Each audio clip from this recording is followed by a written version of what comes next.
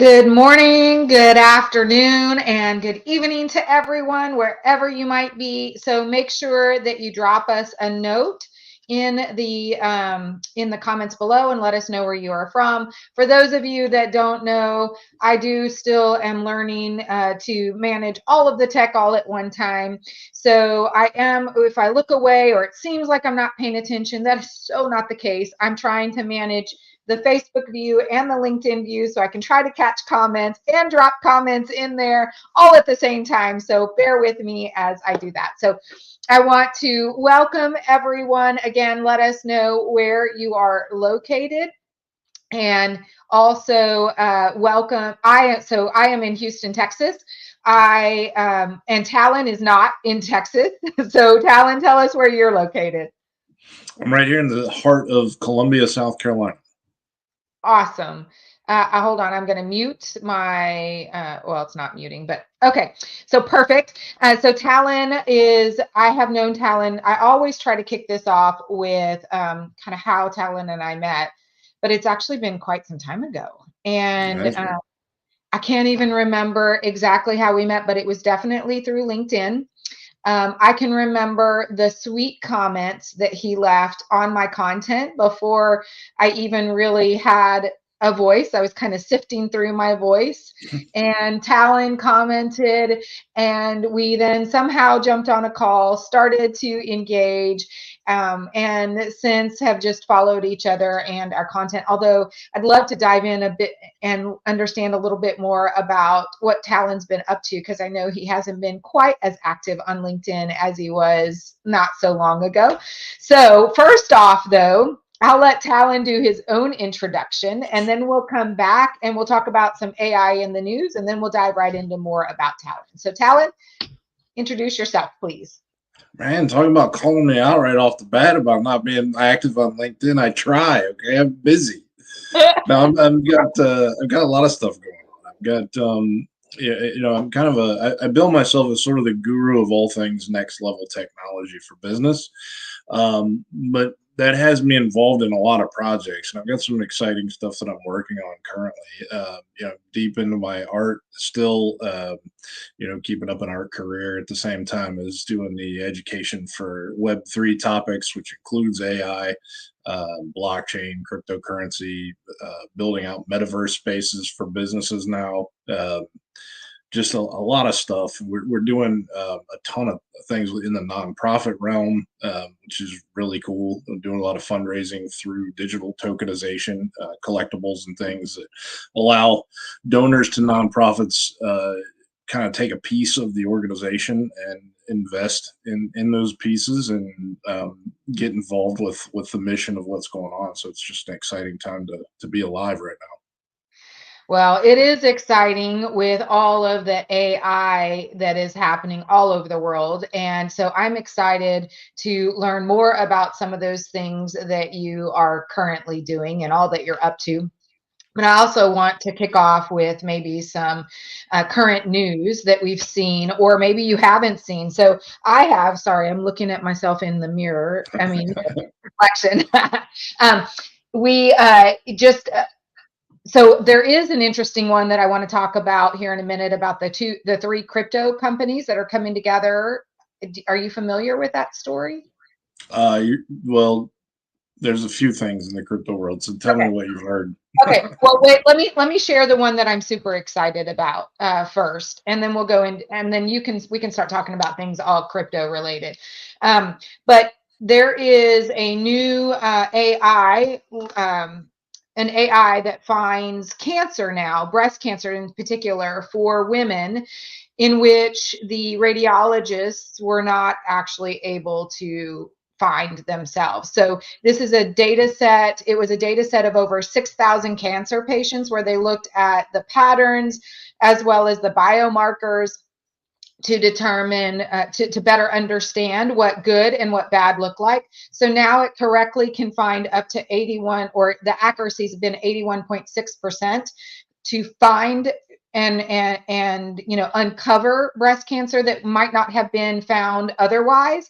And it's ruled out by 72.9%, which is huge because a lot of times the fear is that women will go in, be diagnosed, when in actuality it might not actually be cancer. So Right. looking at all the data sets, having learned the 6,000 different data sets, and looking at the biomarkers and the patterns, it's been able to correctly diagnose and ensure that there is no diagnosis necessary. So I think that's super cool.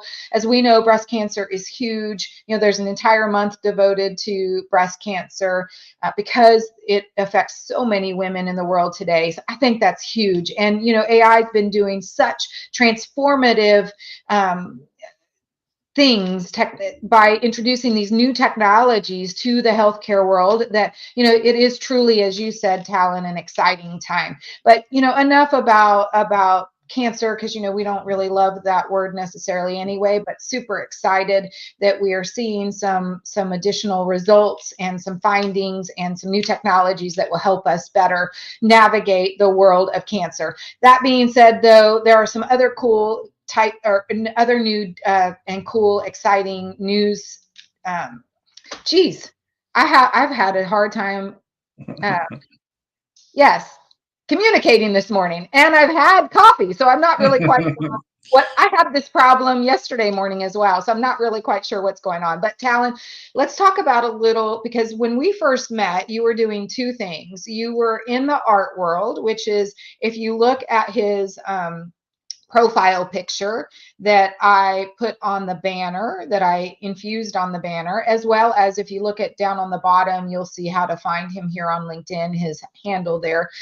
He was very much entrenched in the world of art, and as it relates to digital art, AI art. We can talk about more of that later. But the second little area that he was focused on was cryptocurrency. And, he tried to teach me a little, and it kind of went in and out one ear and out the other. I couldn't really figure it out or understand it. But there was some interesting news that I just saw, which led us to which is a great segue into this conversation topic. So Talon, instead of me trying to share what I read, why don't you share with us some of the things that are happening in crypto today that's new and exciting? Sure. Well, the biggest news I think that everybody's kind of looking forward to in more of a long-term context is the fact that the Bitcoin halving event is coming up in April, which the halving event is a big thing. It only happens about every 4 years with the Bitcoin blockchain, and what happens is the rewards that are given to Bitcoin miners are actually cut in half, and this is a built-in mechanism into the smart contract, which is what dictates how it's the governing structure of how the Bitcoin blockchain works.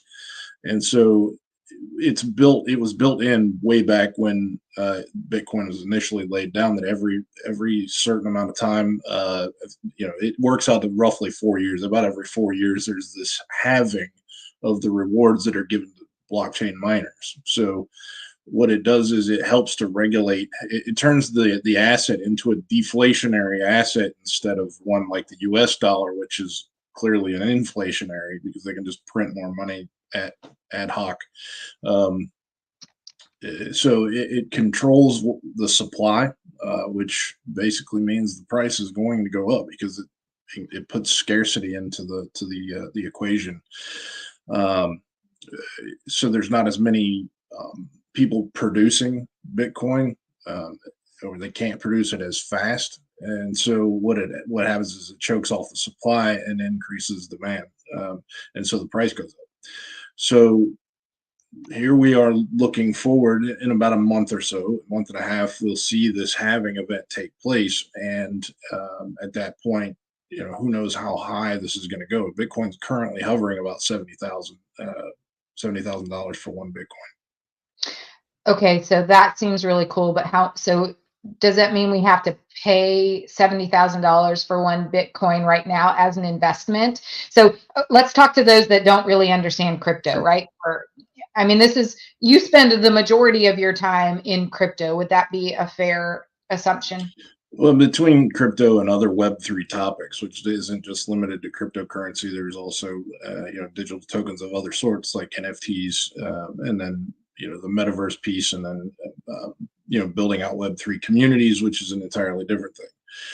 Um, Yes. so so yeah, and it's a very deep and diverse world, but cryptocurrency is sort of the backbone of it all. I think it's what's driving the currency, or how the economy moves. I guess is usually through cryptocurrency. So maybe share with us just a baseline for an understanding as it relates to Sure. crypto. Because for me, when we first had our initial conversation, which has been quite some time ago, but when we first, it was an eye opener, right? I didn't really fully understand crypto. I don't know that many people do, and maybe I'm wrong. Maybe there are quite a few, but just a baseline. Share with us a little bit more about cryptocurrency so that we Sure. better understand just the basics. Yeah, and I think that you're right. A lot of people there's this.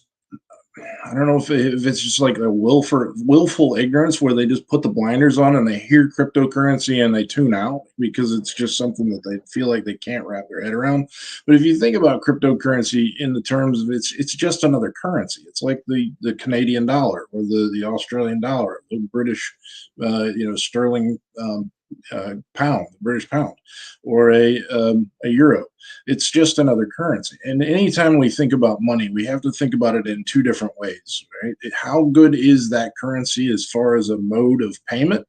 And then also, how good is it as a store of value? And so, between those two factors, then we can evaluate the usefulness of any currency, whether it's bottle caps or dollars or cents or euros or pounds. It's how it's how we gauge the strength of any currency. And so, cryptocurrency is just another currency. And it's not controlled by a U.S. government. It's not controlled by any government. It's not controlled by any bank. It's decentralized, and that's the big difference about cryptocurrency versus any other currency is that every other currency in the world is centralized. In other words, there is someone controlling it and someone pulling the strings. Whereas with cryptocurrency, it's completely open market, and it's the laws of economics actually apply rather than being manipulated. But being decentralized and open to all almost seems a bit scary for those of us that don't really understand it, right? When we think of the dollar, it kind of feels a little bit more comfortable because it's within our comfort zone to have someone managing over it. But it's outside of our comfort zone to have this decentralized philosophy or methodology as it relates to cryptocurrency. So maybe share with us the value of that and help us better understand so that it doesn't feel so uncomfortable. Yeah. And I think you're right. Anytime there's decentralized anything, meaning there's not really anybody putting up guardrails, there is a responsibility on anybody who's getting involved to be educated. And Mhm. education and enlightenment in these topics is definitely on your shoulders as any kind of investor or participator in that system. You need to try to be as educated as possible in what's happening. But as far as the comfort feeling of the U.S. dollar, I don't know that anybody, if they really understood what was going on with the U.S. dollar in particular, or any currency, I don't know how comfortable you really would be if you understood that the U.S. dollar is worth less than 1% of what it was 100 years ago. That's not a good currency. If we go back again to what I was saying a little bit ago about it's great for mode of payment. It's great for a mode of payment to buy groceries with, to pay for gas, but as a store of value, that's a horrible investment if we're talking about holding our wealth in currency. And so, the comfort level that we feel with the U.S. dollar, I think, is a bit of a facade.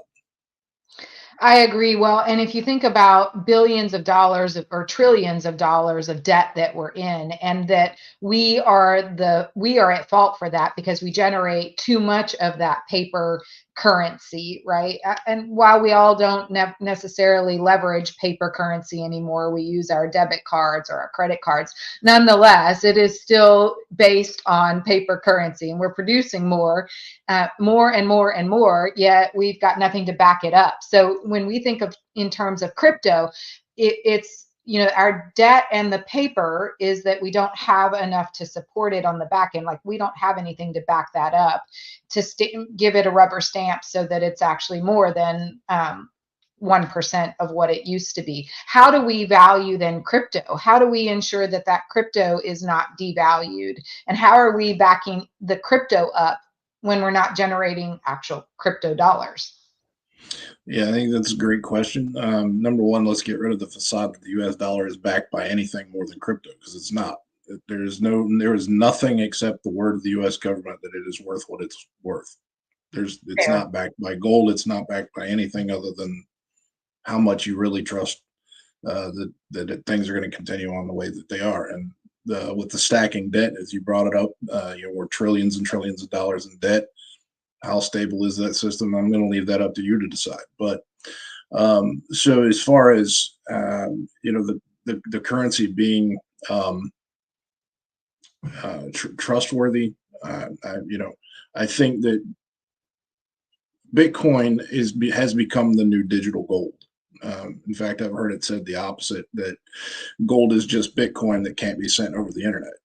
It's become the standard. It is the new gold. The value has gone up. It's the world's greatest investment as far as value and increasing value. I mean, it's up. Don't even remember the percentage that it's up since 20 years ago, or roughly 15 years ago, or whenever it was that it was launched. Um, so yeah,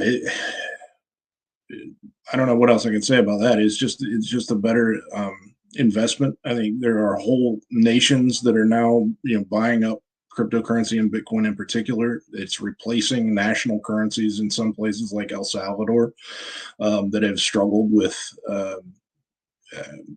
stability in their currency. I mean, you look at places like Venezuela, where their currency has plummeted to the point where people can't buy food. Mhm.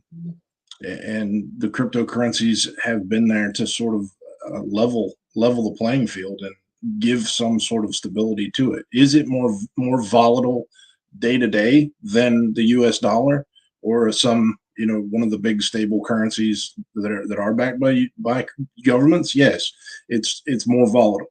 Yes, but money can be made in volatile markets. So again, it can be good for a mode of payment in certain aspects, but I would say that right now the big coins like Bitcoin, and even the second and third tier coins like Ethereum and Solana, which are other cryptocurrencies, and again, they're just other currencies that are easily swappable for not only each other but dollars. You can easily swap for a dollar for portions of Bitcoin. It's not hard. It's a push of a button. And so I think that's another thing. People think that it's really difficult to swap in and out of currencies from U.S. dollars to cryptocurrency, and it's not. Once you have an account in one of the exchanges, it's a simple push of a button. Well, and for those of you that are still a bit confused or gun shy as it relates to wanting to invest in, Talon can, I mean, there is no way in this short amount of time that we can totally unpack all there is to know about crypto. And Talon can spend some time with you one-on-one, sharing a bit about that. He does investing, he helps others invest. So I know he can spend some time. So if you have more questions about that, I think you should make sure that you not only follow him, but reach out to him, send him a DM, have a conversation with him. I mean, he's filled with a wealth of knowledge. But I don't want to spend all of our time on crypto, because I know you're doing some other fun and exciting things, as you listed at the beginning. And he felt put on the spot because I mentioned that he hadn't been around on LinkedIn as much. That's only because I've been all in and on LinkedIn a lot lately. But it's because he's been super involved in some new and exciting things that are happening in his world as it relates to anything related to the metaverse and crypto and digital art, NFTs. So maybe Talon, share a little bit more with us. You gave us a quick intro of some of the things you're doing, but talk about or share with us what maybe your most exciting endeavor is right now. What really lights you up that you're doing? Yeah, I'd like to share a couple things with you. I'm getting really involved with an art platform called Uncut, and it's the site is actually uncut.network. Okay. It's a great site for people who don't really, they're not into the digital tokens, and they've never really, done NFTs or anything like that. It's a really easy way to sort of start to understand and learn, what it's like to collect digital tokens and digital art that is stored on the blockchain, because they make it super simple to sign up. You don't have to have any other expertise or things like that. It's very clear about how it's done. They have their own sort of a quasi currency. It's not a real currency. It's more like a Chuck E. Cheese token at this point. It's called ArtX is the coin, and they use it there on the site. And you can kind of collect art with those coins, and you get those coins as you come in. You get a certain amount free, and then you level up. So it's a gamified experience. The more you collect, the more you participate in the community, the more you level up. And it's just a really good way to kind of gamify the collection of art. And this is real art that is worth money. So once you collect those digital pieces of art, then you can actually turn around and sell those if you like, or you can just hang on to them as something that you enjoy, same as physical art. So that uncut platform has been a really instrumental thing for me personally and professionally. I really enjoy the community there, and it's been a good way for me to create and community, have a community with other artists as well. So we're doing that, and then I'm also involved with a project called Flying Over Time, and I want to briefly just kind of tell you the story about what's going on with that. And you can check them out at flyingovertime.org. It is a nonprofit that's been around for 20 years, and I'll tell you real quick how that got started. A good friend of mine, Nova Hall, who is an artist in Arizona, he is the grandson of the man who designed and built the Spirit of St. Louis airplane that flew over the Atlantic. And Wow. so Nova 20 years ago was digging around in his family garage there in Arizona, and ran across a World War I steamer trunk.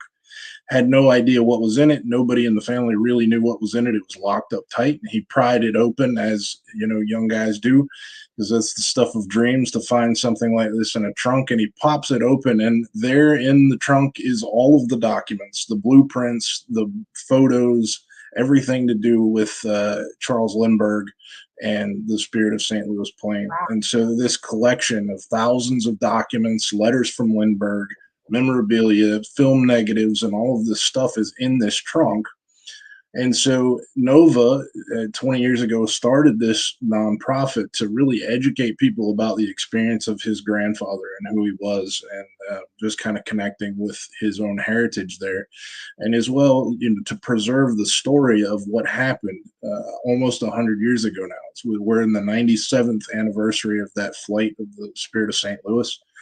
And we're leading up to the 100th anniversary in 3 years. And so we've begun a process of digitally preserving all of those records and then storing those on the blockchain and actually making those available as digital collectibles for anyone who wants to participate in this community and in this journey with us as we lead up to the 100th anniversary of the Spirit of St. Louis flight over the Atlantic.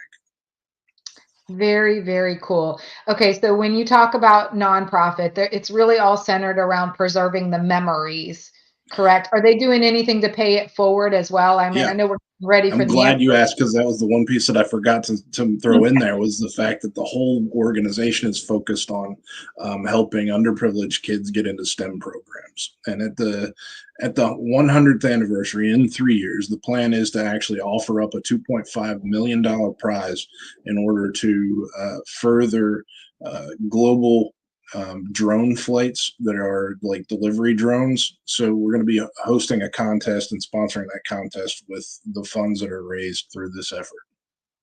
That is very cool. So STEM, for those of you that don't know, that really is what fuels the opportunity for our children to excel over and beyond what normal um, everyday classroom lessons are. And it allows them to really focus on the key elements such as engineering and various other topics that really are the future. And well, I say the future looks a bit Future is uncertain right today. now, right? I mean, the future looks a bit uncertain as it relates to, what can kids study for, or what can they learn, or what will they be able to take going forward as they start to plan out what their life looks like after schooling. And it's going to be quite different, I think, based on some of the things that we've got that are now available to us and some of the new technologies that are coming down the pipe and the way that we're leveraging AI today versus, what it might look like even 5 years from now. Oh, heck, for being honest, a lot can change even in the next year, right? As it Yeah. relates to In AI. 2 weeks, in 2 weeks, sometimes it's things are changing so quickly. I can't keep up with it all, and so I definitely, I'm both excited about the future of the next generation, but I'm also, it's scary because when we were coming up, there was talk of like these fields that we were studying not even being a thing, when by the time we were adults, but these kids are starting to study stuff, in year one of college, and by year four of college, they're already being obsolete. Think Yep. about programming. Even the CEO of NVIDIA, Jensen Huang, he's a fantastic speaker. I was fortunate enough to attend a conference in San Jose there recently, the GTC conference, I think it is, with the NVIDIA, and he was actually saying that they're not really encouraging kids to program anymore because why would you? You've got the AIs. They're encouraging kids to understand the AI that will do the programming for you. Well, for as many jobs as they say AI will replace, there are even more jobs that AI will actually create. It just will define what we do and how we do it a bit differently. So, leveraging AI, even in programming, I mean, now you can actually have AI do the programming on the fly for you. You can test it, and then it'll correct itself even after testing. So, I mean, it's super super cool Yeah. as to what the way we can leverage AI technologies. But you're right, it is a bit scary because I've got a friend of mine. We were actually having a conversation the other day, and her niece just graduated from college. And what she graduated, I don't even remember what she studied, but nonetheless, it was still, it's almost obsolete now. So she really isn't quite sure what she's going to do, and that is a little disheartening on one side of the spectrum. It's really disheartening and sad to see someone having spent all those years already in college and really doesn't even know how to leverage what they've studied. But on the flip side of it, it is actually really exciting that things are evolving so quickly that we are having to dynamically change the way we not only do things but what we learn and study. It really pushes us to Hmm. even better humans, to do a better job of being Yeah. entrenched in learning, right? Right. And continuously evolving. Yeah, and that's why I think it's so important with Flying Overtime's mission, to encourage kids to participate and get engaged in the science, technology, engineering, and math. That's STEM, and that's what I think we're most excited about is just to be able to help. These underprivileged kids get into these STEM fields so that they can guide the next generation. Um, so it's exciting to see what's going to happen here. We've got a contest that's actually launching this Friday. So in what is today? Wednesday, Today's Thursday? I don't. yeah, Wednesday, Yeah. Wednesday. So in 2 days, I'm so busy I don't even know what day it is. So 2 days from now, early in the morning, 7 o'clock in the morning Eastern time, we're going to be launching two different contests in our Discord community.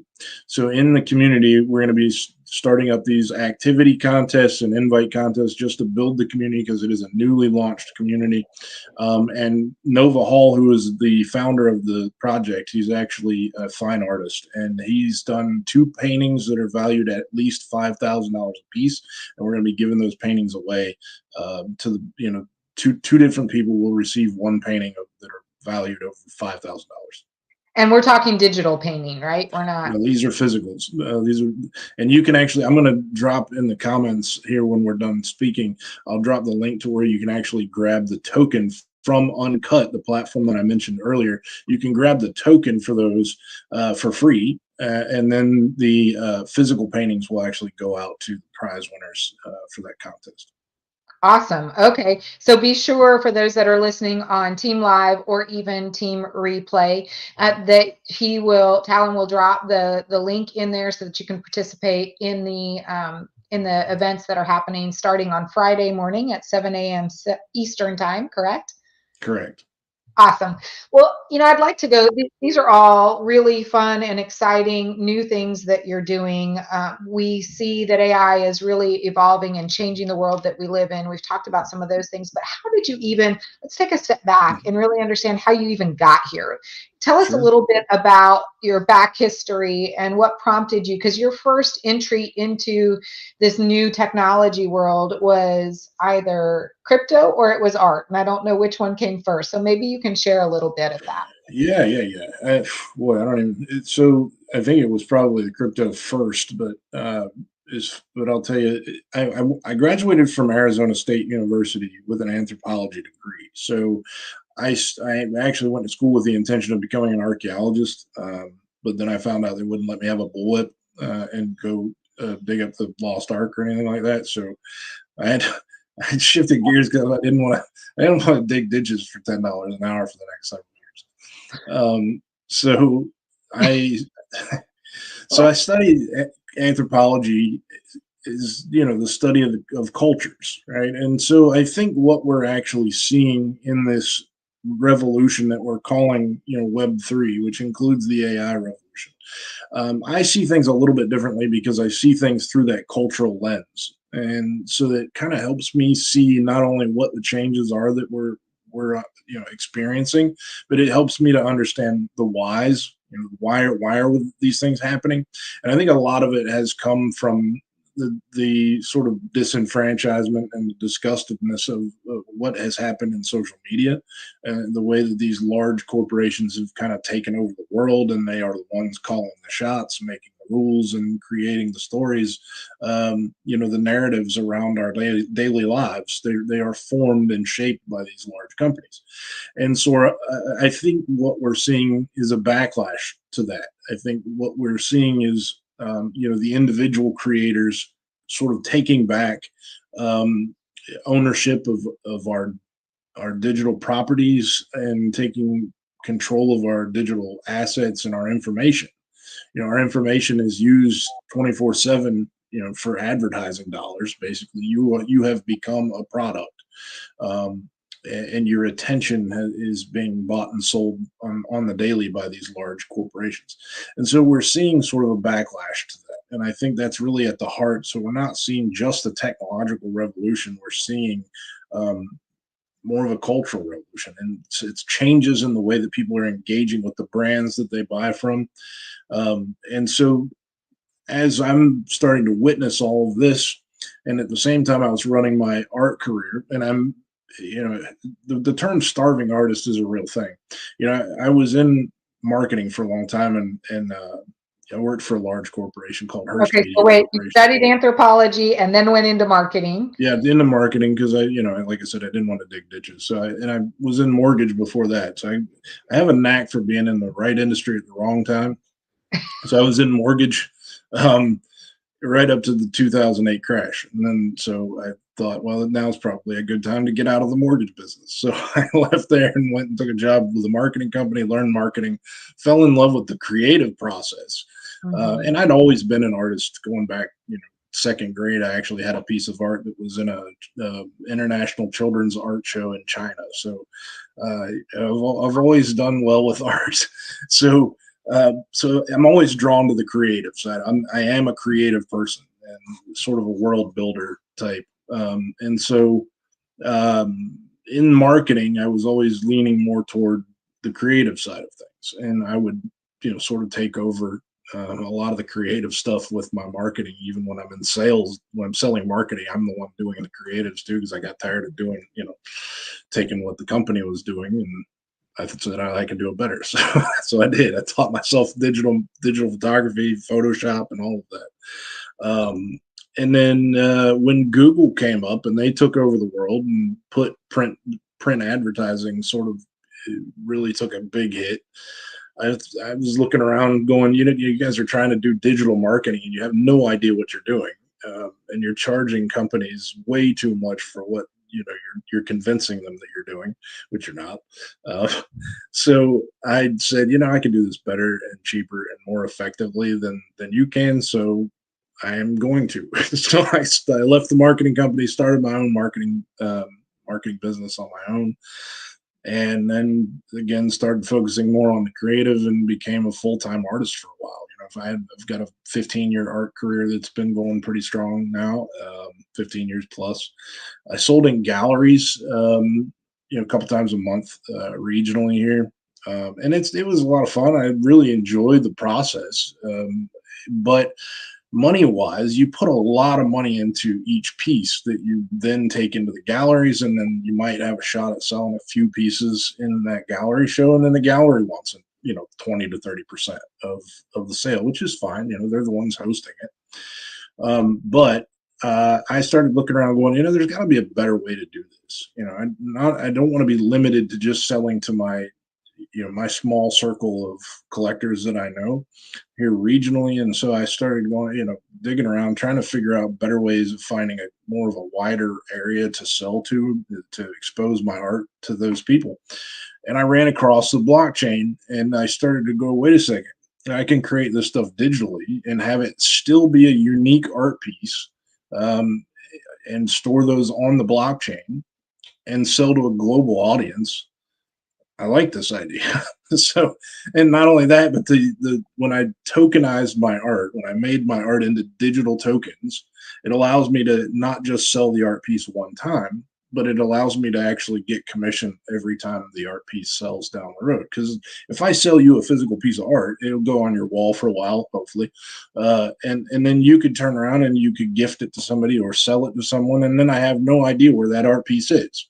But with the blockchain, and I'll never see another dime from that art piece. It's said and done, and that's it, right? But as an artist, I would love to, continue to make money on that same art piece over and over. And so the blockchain allows you to do that. When you tokenize a piece of art, the artist, the creator, can actually earn, a portion of the sales every time it sells, and that's with any asset. And it's that aspect alone is actually changing quite a few industries, like real estate. It's kind of nuts. So if you tokenized your house, for instance, you could get a 2% commission every time it's sold in perpetuity.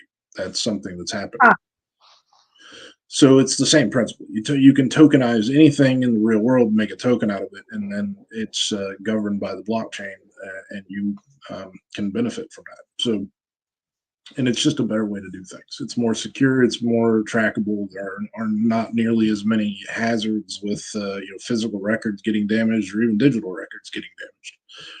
So that's how I got into by the way, blockchain. so blockchain is a whole nother conversation topic that Yes or no? It is and it isn't, because it's the blockchain. That's where cryptocurrencies live, right? So we talked about cryptocurrencies. The blockchain, all that is basically a digital ledger that is in the cloud. If you think it that way, it's just a ledger. It's the record of transactions. So this person bought something from this person who sold it, and this is how much it was bought for, and this is when it happened, and so it's time stamped. And each block in the chain is just linked to each other, and there are hundreds of thousands of copies of this ledger that exists in the cloud, and that's why it's secure, because some it's actually call it trustless, right? Because you don't actually have to trust it. It's already, there is no way to hack it, my understanding. right. And it is almost like a black box. If you think in simpler terms, it is like a black box that is recording everything and can't be actually vandalized or replicated or even attacked in any form, the way I understand it. Yeah, it's virtually impossible to kill it and or to change it, because the fact that there's hundreds of thousands of copies of all of the transactions, like anytime one is changed in any way, the rest of the copies basically jump on it and fix it. So it's extremely secure and extremely reliable. And like you said, we use the word trustless because there is no trust in the traditional form. That there's no trusted third party that is needed. That's why we say it's decentralized. We don't need a bank. We don't need a government. We don't need some third party to go through, because the blockchain itself is that. Yep. Well, I know we're getting close to winding down now. And we've shared, I mean, not we, Talon has shared a tremendous amount as it relates to crypto. He's really helped educate us a little for those of us who didn't have a baseline. If you want to know more about crypto, he is the guy to go to. We learned a little bit about his nonprofit, which was Flying Over Time. So make sure that you go check that out. It's super cool. A summary of that is that this is the great grandson, It's the grandson. the Yep, just grandson. grandson Hmm. from the first Lindenberg flight that occurred, right? So he has all of the history, like this beautiful, we can call that the black box of history, right? I mean, he's got all this memorabilia and documentation of what transpired, almost 100 years ago. And not only are they working to preserve that in a way that it can be preserved for generations to come, but also they're helping the children of the future, right? By investing in helping them within their STEM programs, investing in by providing dollars associated with, and they've got a cool new event that's happening on Friday morning that everyone can get involved with.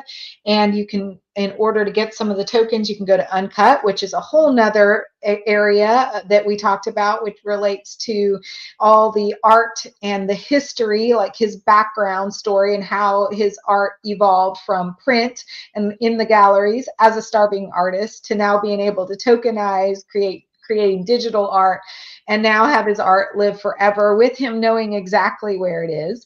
And we also just barely touched on blockchain. I mean, I understand he gave a better description or helped us better understand what blockchain is. But for those of us that truly still are new to the concept of blockchain, we really only touched, just opened the door for that conversation. So go out and learn as much as you can about blockchain, because I think the more I learn about it, the more I believe and truly stand behind the usage of blockchain in all the things that we do going forward.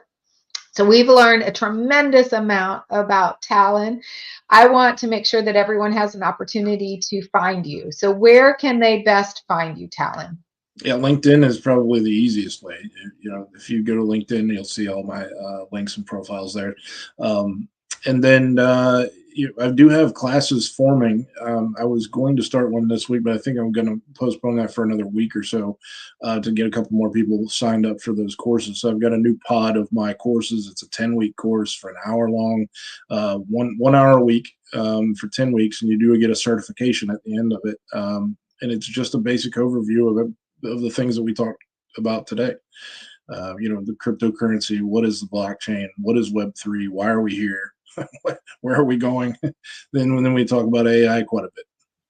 Well, and I talk about this all the time because you and I mentioned it at the very beginning. So many of us are uneducated or unaware of, or have a lack of knowledge as it relates to some of these new technologies. I always liken it, and I use this example every single time, but I live in a subdivision of build on your own lot homes, right? And it's 88 lots to be exact. And you can buy a lot and you don't have any time frame in which you need to build. So you can hold on to that lot without a house, so undeveloped for as long as you want. For those people that own those types of lots, the things that happen within the community are out of sight, out of mind, right? It's only when you actually build a house on the lot and you live here that all of a sudden everything becomes important. At that point, a lot of times it's almost too late for those new homeowners because changes have already been made within the community that they have no say in anymore at this point, that they have to adopt whether they like it or not, because they weren't engaged when they owned the property and didn't have a house, right? And I think about that in the same terms as it relates to AI. And, I originally launched and founded Success with AI because I really wanted to educate people on the value and the benefits of AI, because they are immense, right? We have lots of amazing possibilities that we can leverage AI for. But there are some negative implications that we also have to be aware of if we don't continue to be engaged. If we don't learn, if we're not knowledgeable, we're most certainly going to be just like those homeowners that don't own a house. And it's going to be too late when we finally build our house. Now everything then becomes important. It's going to be the same concept with AI.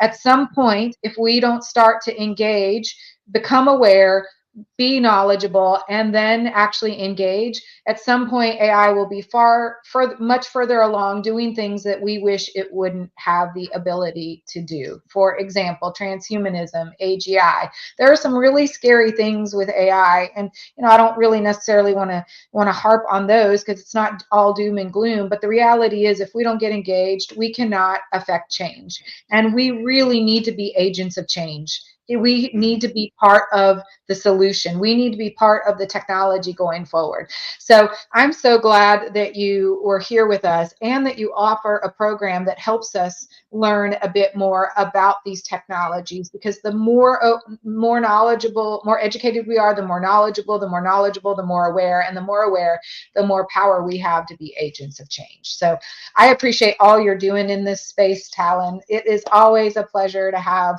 an opportunity to converse with you. And I'm so glad we had an opportunity to allow others to learn more about you. And if you aren't really sure of all of these new technologies, make sure you sign up for his class. He has a Discord community as well. So down on the bottom, you'll see, streaming along the bottom, you'll see his LinkedIn handle. But he does have a Discord. All of his information can be found on his LinkedIn profile. Follow him, have a conversation with him in the DMs, get to know him, because he's an amazing individual. And I want to thank you for all that you have shared with us here today. And I'm super excited to watch this flying over time and all that we've got coming up soon over the course of the next 3 years as you march towards that 100-year anniversary of the first flight. So thank you again, Talon. Any parting words you want to leave before we sign off? Thank you very much for having me. It's been a good conversation as always. You and I have had a lot of conversations, around this stuff, and it always leaves me feeling just very positive, and it's just a joy to be here with you today. Thanks. Thank you very much. And thank everyone for being here. If you're on Team Replay, be sure to leave us a hashtag Team Replay. Otherwise, we do these every Wednesday, 9 a.m. Central Time. I look forward to seeing you guys here next week. We've got some great guests coming up in the following episodes. Talon, again, thank you. Thank you to everyone. Have a wonderful hump day. And just in case you're interested, we are talking all things LinkedIn on Blue TV in 2 hours. At 11 a.m. Central. So I'll be back here for another live episode. Otherwise, we'll see you next Wednesday on the next episode of Caff-AI Chats. Thank you, everyone. I'm going to end this stream, Talon, and if you want to hang on for just a minute. Sure. So for those that are hanging on while I'm trying to get the technical part of this